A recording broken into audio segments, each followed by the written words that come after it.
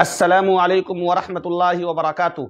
आजकल दीनी व इस्लाही जलसों की इस कद्र कसरत और भरमार है कि एक ही इलाके में अभी एक जलसा सही से ख़त्म भी नहीं हो पाता है कि उसी इलाके में किसी दूसरे जलसे का इश्तिहार सोशल मीडिया के मुख्तलिफ प्लेटफॉर्म पर नश्र होने लगता है। यकीनन इतनी बड़ी तादाद में मुनाकिद होने वाले जलसों में मुंतज़िमीन की मेहनतें भी सर्फ होती हैं और एक बड़ी मिक़दार में रकम भी खर्च होती है। लेकिन अजीबो गरीब बात है कि इस कद्र जलसों के बावजूद खातिर खा फायदा नजर नहीं आ रहा है। फायदा नजर आना तो दूर की बात है, बल्कि आपने गौर किया होगा कि आजकल के जलसों में इलाका के संजीदा बाअसर अफराद शरीक भी नहीं होते हैं। आपको जलसों में खा वो जलसा किसी भी मकतब फिक्र के मानने वालों का हो, संजीदा उलमा, डॉक्टर्स, इंजीनियर्स, एडवोकेट्स और जजेस वगैरह नजर नहीं आएंगे। इसकी वजह क्या है, इस पर हमें गौर करने की जरूरत है। जब हम इस पर गौर करने के लिए बैठे तो जलसों में पाई जाने वाली कई कमियां और खामियां नजर आई। आज के वीडियो में हम उन्हीं कमियों और खामियों पर गुफ्तगू करेंगे इंशाअल्लाह। मैं सबसे पहले नाज़िम इजलास की बात करूंगा, वो इसलिए कि आपको यह बात तस्लीम कर लेनी चाहिए कि आजकल के जलसों को गैर मुफीद और नुकसानदेह बनाने में बहुत बड़ा हाथ नाज़िम इजलास का है।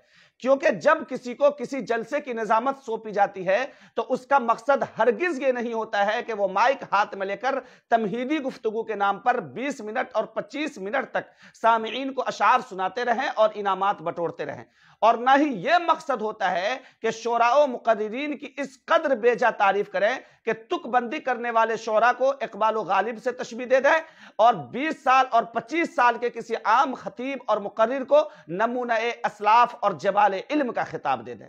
बल्कि निजामत का मतलब यह होता है कि शोराओ मुकर्रिरीन का तारुफ कराएं। मसलन आने वाले खतीब कौन हैं, किस इदारा या तंजीम से उनका ताल्लुक है, कितने सालों से वो तदरीसी या तंजीमी खिदमात अंजाम दे रहे हैं। अगर तसनीफ और तालीफ से उनका ताल्लुक है तो उनकी तसनीफ के हवाले से भी तारुफ कराया जा सकता है। और अगर आप उस शायर या खतीब को नहीं जानते हैं तो इस तरह तारुफ कराएं कि मैं भी पहली बार इनका खिताब सुनूंगा या इनकी शायरी सुनूंगा, उम्मीद है कि अच्छा खिताब होगा या अच्छी शायरी होगी।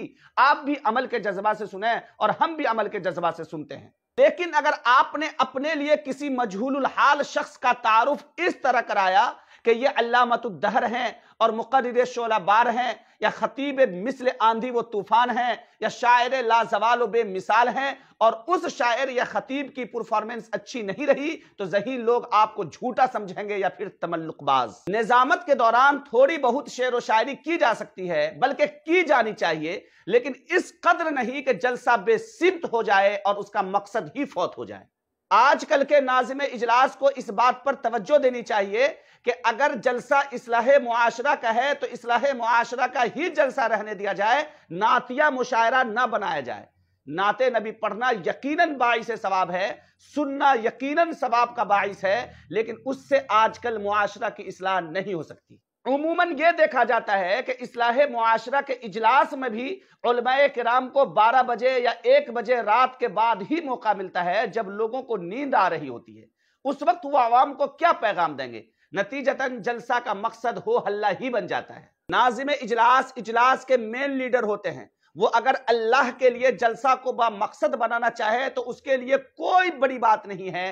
खास तौर से वो मशहूर नौजमा जो हिंदुस्तान भर में जाते हैं, उसके लिए तो और भी आसान है। दूसरे नंबर पर हम शोराए किराम की बात करेंगे, क्योंकि आजकल के जलसों को शोराए किराम ने हाईजेक कर लिया है। उनका मामला कुछ अजीबो गरीब है। वो दीनी स्टेज पर गानों के धुन पर नात पढ़ते हैं, अवाम से कभी एक हाथ और कभी दोनों हाथों को लहराने का मुतालबा करते हैं, बार बार इनामात की भीख मांगते हैं जिसको वो दुआ से ताबीर करते हैं। हर शेर के बाद 2-3 मिनट जाया करते हैं। जब तक माइक उनके हाथ में रहता है माइक ऑपरेटर को परेशान किए रहते हैं। कभी इको बढ़ाओ, कभी घटाओ, कभी बेस बढ़ जाने की शिकायत करते हैं तो कभी घट जाने की।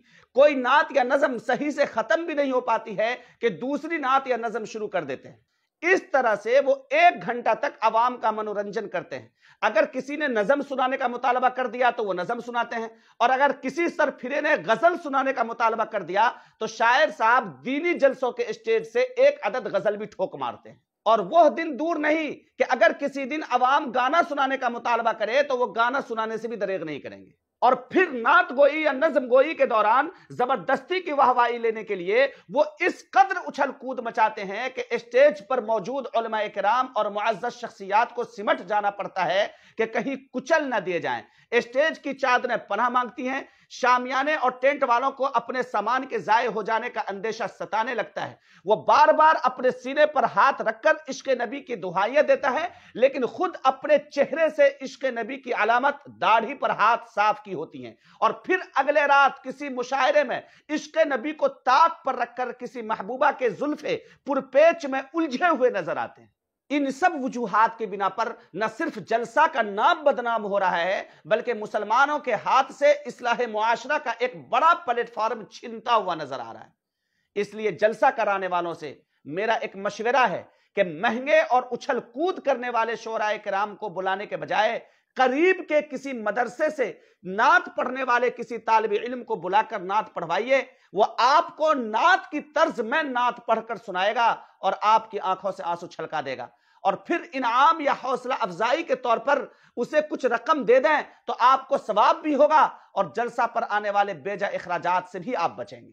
بڑا تعجب ہوتا ہے کہ اب مدارس میں منعقد ہونے والے اجلاس میں بھی پیشہ ور شعراء کرام کو بلایا جانے لگا ہے، جبکہ انہی مدارس میں نعت پڑھنے والے کئی طالب علم ہوتے ہیں جو شاندار نعت پڑھتے ہیں، لیکن ان سے نعت پڑھوانے کے بجائے منورنجن کرنے والے شعراء کرام کو بلوا کر نعت خوانی کرواتے ہیں۔ ایسا لگتا ہے کہ اب اہل مدارس بھی منورنجن کی طرف جا رہے ہیں۔ آج کل کے جلسوں کو برباد کرنے میں ٹھیک ٹھاک کردار کچھ مقررین کا بھی رہا ہے۔